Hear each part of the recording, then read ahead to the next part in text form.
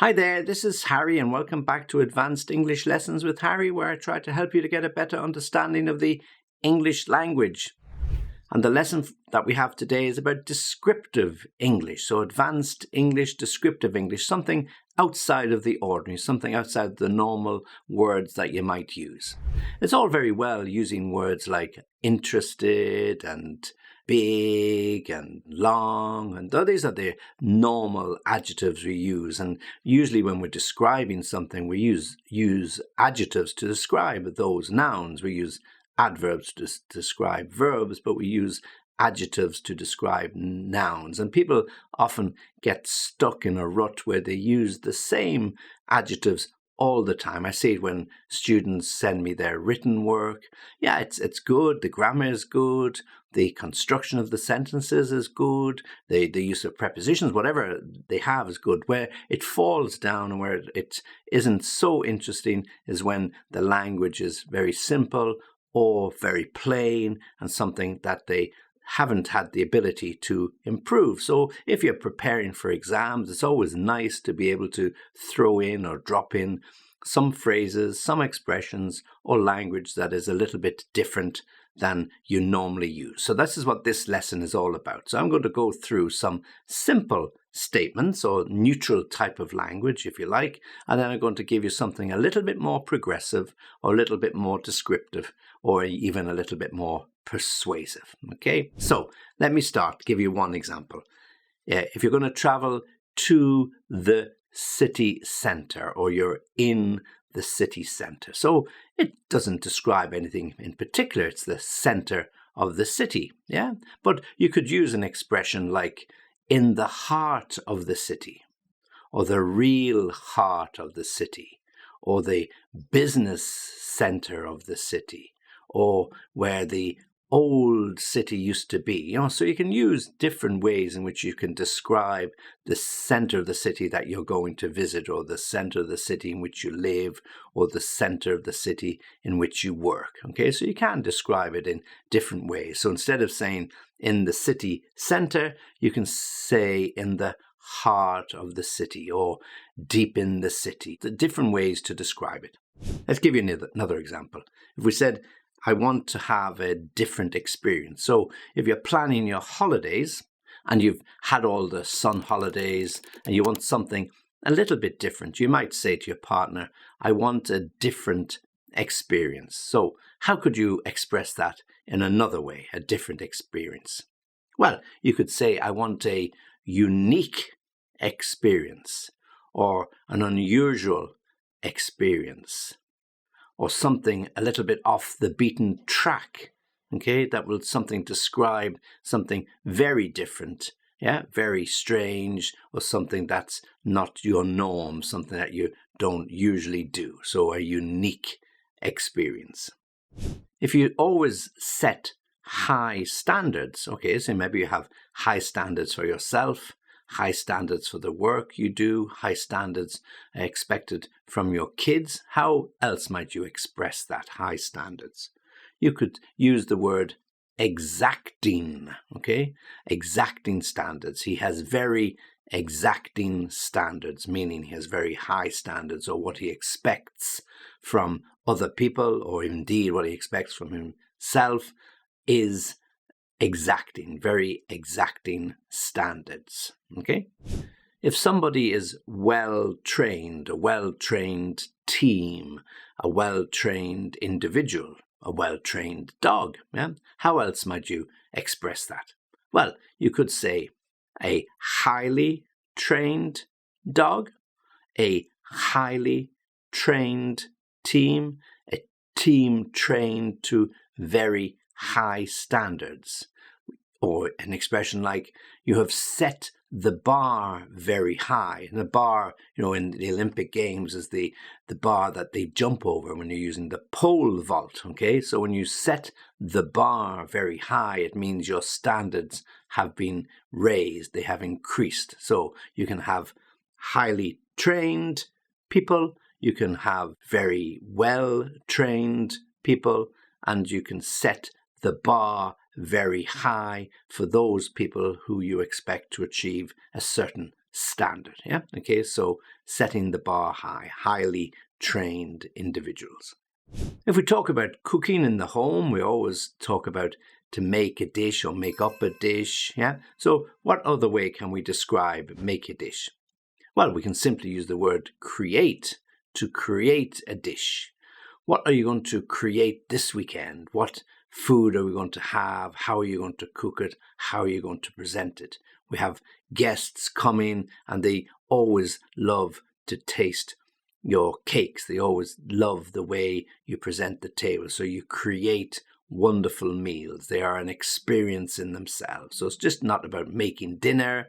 It's not about making lunch or getting the food ready for a party. It's creating a dish, yes, to be creative, inspirational, something that will not only taste good, but it will also look good. Okay, so when you look at those cookbooks and their recipes online, then you can see that the photography is exquisite and they really see the colors. You can almost taste and smell the food in the photographs because they are very creative to create a dish, something that everybody would want to taste.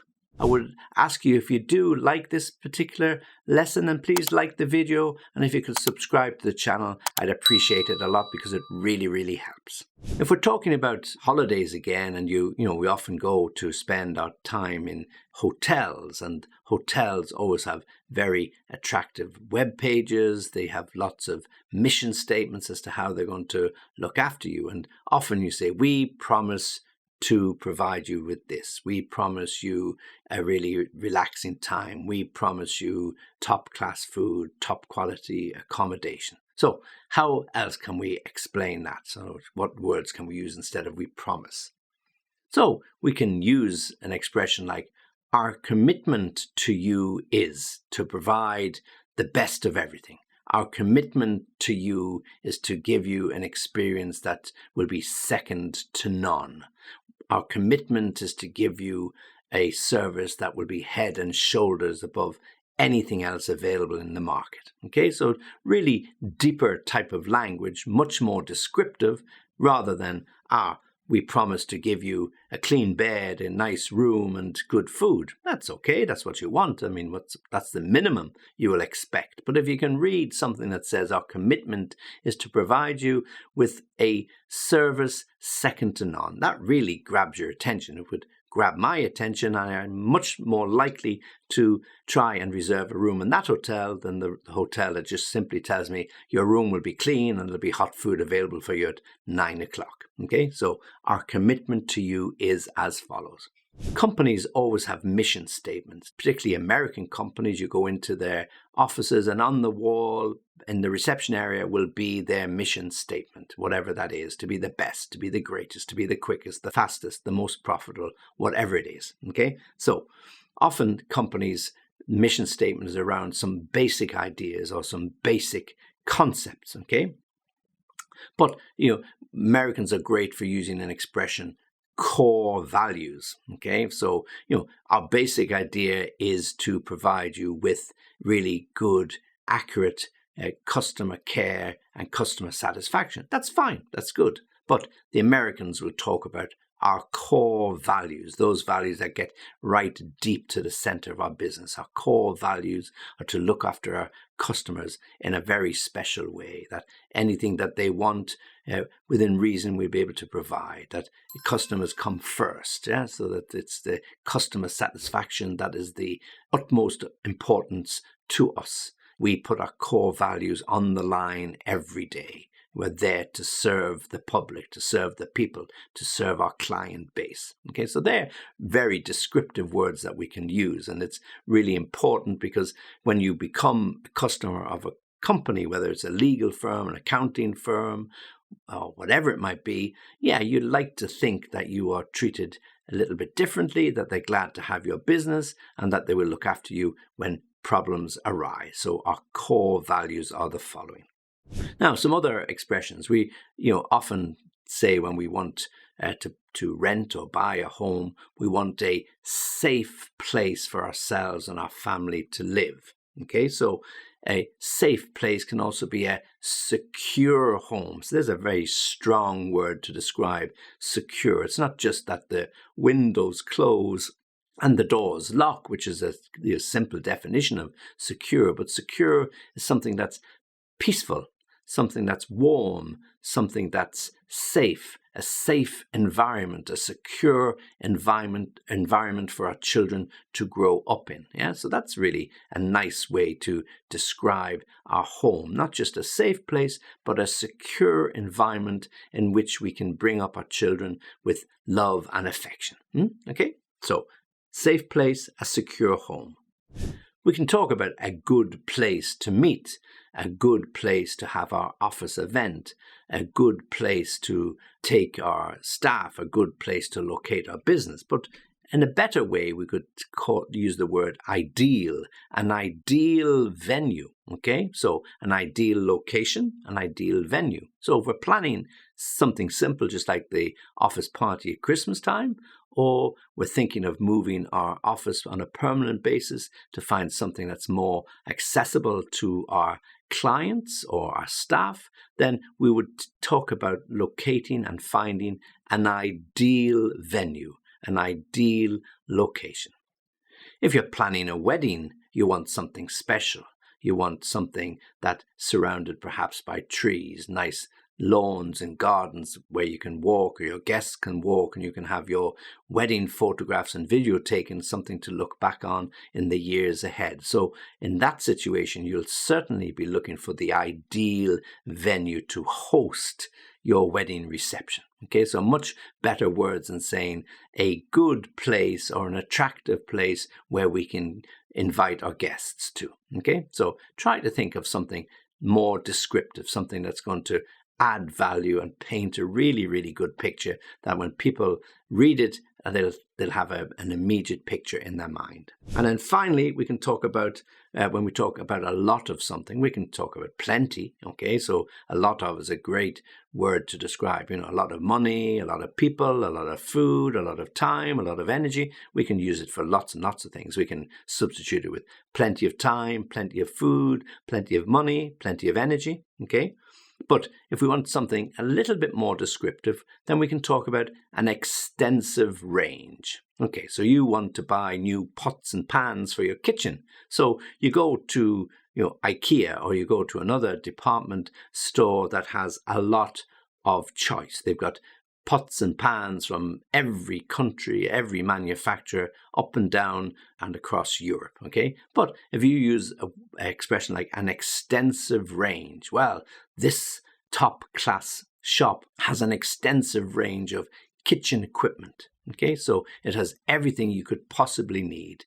Small pans, large pans, round pans, square pans, oblong pans, pans for fish, pans for meat, pots and pans for soup and stews. So they've got an extensive range of kitchen utensils, kitchen equipment, anything and everything that you could possibly need so that you can decorate your kitchen in the way that you wish. Okay, so instead of saying a lot of or plenty of, try to use that extensive. Okay, so let me give you a quick rundown of some of those words again. In the city centre, in the heart of the city. A different experience, a unique experience. High standards, exacting standards. Well-trained, a highly trained team. Make a dish, create a dish. We promise to. Our commitment is to give or provide. Our basic idea, our core values are as follows. A safe place, a secure home, a good place, an ideal location, and then finally, a lot of an extensive range. Mouth-watering, eh? Okay, so it's all about using adjectives, adverbs, but often it's about getting a little bit more descriptive. And it's one of the great things I try to teach students when they get the basics right. And that's really important. You need to get the basics right. You need to have the grammar. You need to know how to set out a letter or an email. You need to have structure, okay? And once you've done that, what's next? Well, when you do that, what's next is the language you use, not to be repetitive, Be more descriptive, be more interesting. It's a good challenge, it's a good game to play to see which words fit in, look for synonyms all the time. Okay, well, you know the drill by now. If you don't know or don't understand or you want some more examples, then just get in touch with me and www.englishlessonviaskype.com and I'll try to help you along. Writing good emails, writing good letters, writing good essays, really, really great way for you to improve your English. So this is Harry saying goodbye. Thanks for listening. Join me again soon.